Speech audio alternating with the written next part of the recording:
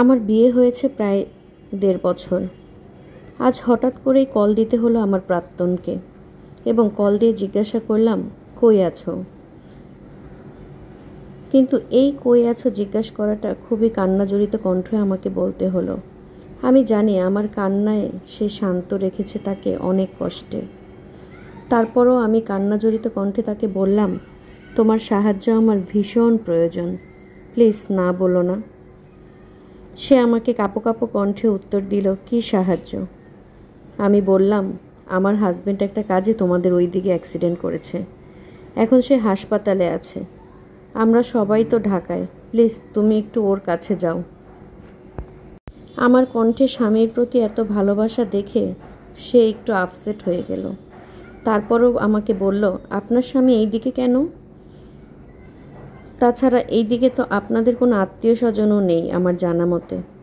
আমি নিরুপায় হয়ে তাকে কল দিলাম এবং লজ্জা শরমের মাথা খেয়েই তাকে বললাম, সে প্রাইম হসপিটালে অ্যাডমিট আছে, ওখানে গিয়ে একটু পেশেন্ট লিস্টটা চেক করবা, তার নাম শাহেদ।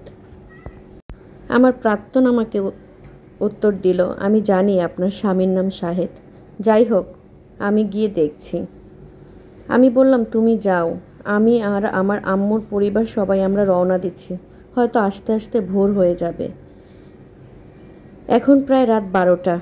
এত রাতে মনে হয় না কোনো গাড়ি পাবে সে, কিন্তু তারপরেও তাকে আমি অনুরোধ করলাম।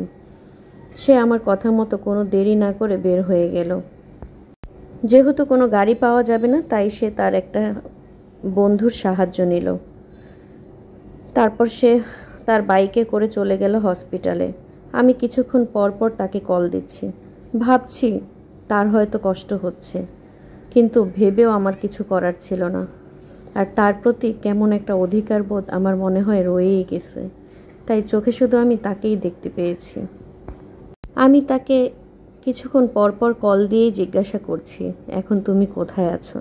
সে বলল, আমি হসপিটালে এসেছি এবং 204 নম্বর রুমে আমাকে যেতে বলল, আমি সেখানে যাচ্ছি। সেখানে গিয়ে আমার প্রাক্তন দেখল 4 জন পেশেন্ট আছে। লোকটার এর ভেতর একজনের মাথায় এবং বুকে আঘাত পেয়েছে, আরেকজনের ডান হাত ভেঙে গেছে, মাথা ফেটে বেশ খানিকটা ব্লিডিং হচ্ছে।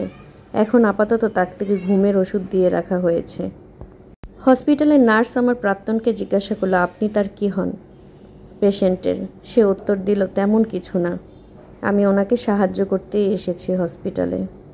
প্রাক্তনের মনে কি চলছিল? সে কি আদৌ মন থেকে কাজগুলো করছিল নাকি আমার উপর বিরক্ত? তাই আমি তাকে বারবার আদো আদো গলায় বলছিলাম, সরি তোমাকে বিরক্ত করার জন্য। সে বলল, কোনো ব্যাপার না, তুমি আসো, আমি আছি। সে নির্ঘুমা অবস্থায় হসপিটালে বসে রইল, আর আমি এইদিকে আকুতি মিনতি করে যত তাড়াতাড়ি সম্ভব যাওয়ার চেষ্টা করলাম। তো যখন গিয়ে হসপিটালে পৌঁছেছি, আমি হসপিটালের কিছুই চিনি না, আমার মাও চেনে না। তাকে জিজ্ঞাসা করলাম কিভাবে আসব। সে বলল, গাড়ি থেকে নেমে একটা রিক্সা নাও, নিয়ে বলো প্রাইম হসপিটাল কোথায়। তার কথা শুনে মনে হয় আবারও আমি একটু সাহস পেলাম, উঠে দাঁড়ালাম। প্রতিটা নারীর জীবনে এমন করে একটা পুরুষ থাকে যে কিনা তাকে হাঁটতে শেখায় এবং পৃথিবী চেনাতে সাহায্য করে। আবার সেই মানুষটির প্রথম রক্ষা করে, আবার সেই নারীটাকে সেই মানুষটি ধ্বংস করে।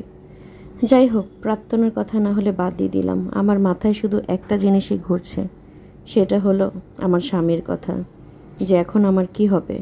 কিন্তু ভরসার জায়গা থেকে মনে হচ্ছে আমার পাশে একজন আছে।